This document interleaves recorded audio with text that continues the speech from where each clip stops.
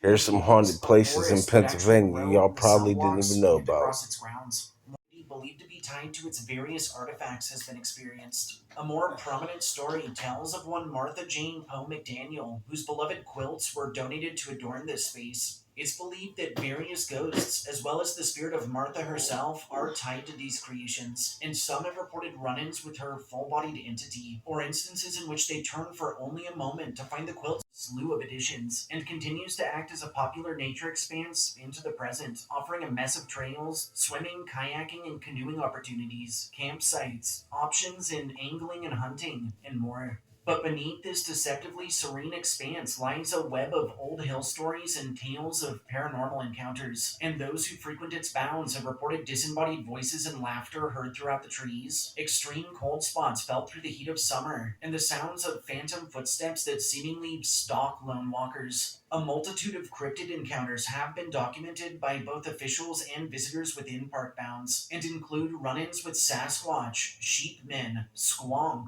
which are pretty much pig people who are always crying and that leave behind trails of their tears, and with Clinton County's own local monster, the Gawaggle, which is essentially a 6 foot tall bipedal wolf with bird talons for hands and hooves for feet, that was created by witches of centuries past in order to punish those who'd offended their covens. Lastly, and Wow. most famously, across Bucktail are tales of full bodied apparitions or ghoulish beings sighted walking through campsites after dark. And on nearby roadways, it's incredibly common for motorists to pick up hitchhikers that linger for moments before vanishing mid drive. Okay, so our second haunt takes us to Pennsylvania's second largest city, to the Cathedral of Learning. The Cathedral of Learning, which is located in Pittsburgh, Pennsylvania, is a massive 42-story skyscraper serving as centerpiece to the University of Pittsburgh's main Oakland neighborhood campus that boasts the title of being the tallest educational building at the Eastern State Penitentiary.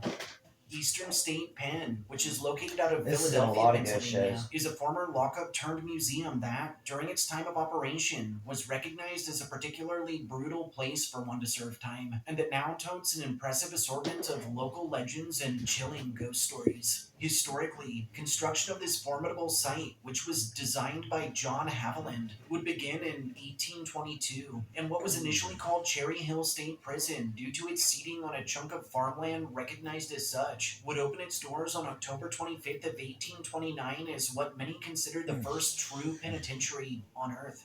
Notably, its first means of rehabilitation implemented what was known as a separate or Pennsylvania system, which consisted of prisoners being confined to their own individual I think spaces, that and the just said warden this literally was the visiting. first. The site would boast the title of being the tallest building in the city, and by 1937, the construct was officially dedicated. In July of 1940, and at the start of World War II, a bomb threat was made against the structure, resulting in the dispatching of various guards and officials to the cathedral. And through the remainder of the war, the site would be utilized to house, feed, and instruct around 1,000 Army Air Corps members, as well as dozens of Army engineers, a purpose it would serve until 1945, after which it would return to its intended use, and has served as such ever since. More recently, in 1975, the site was added to the National Register of Historic Places, and today continues to serve the university, offering a wide range of educational services including various classrooms, computer labs, a theater, a cafeteria, convention and event space, and much, much more.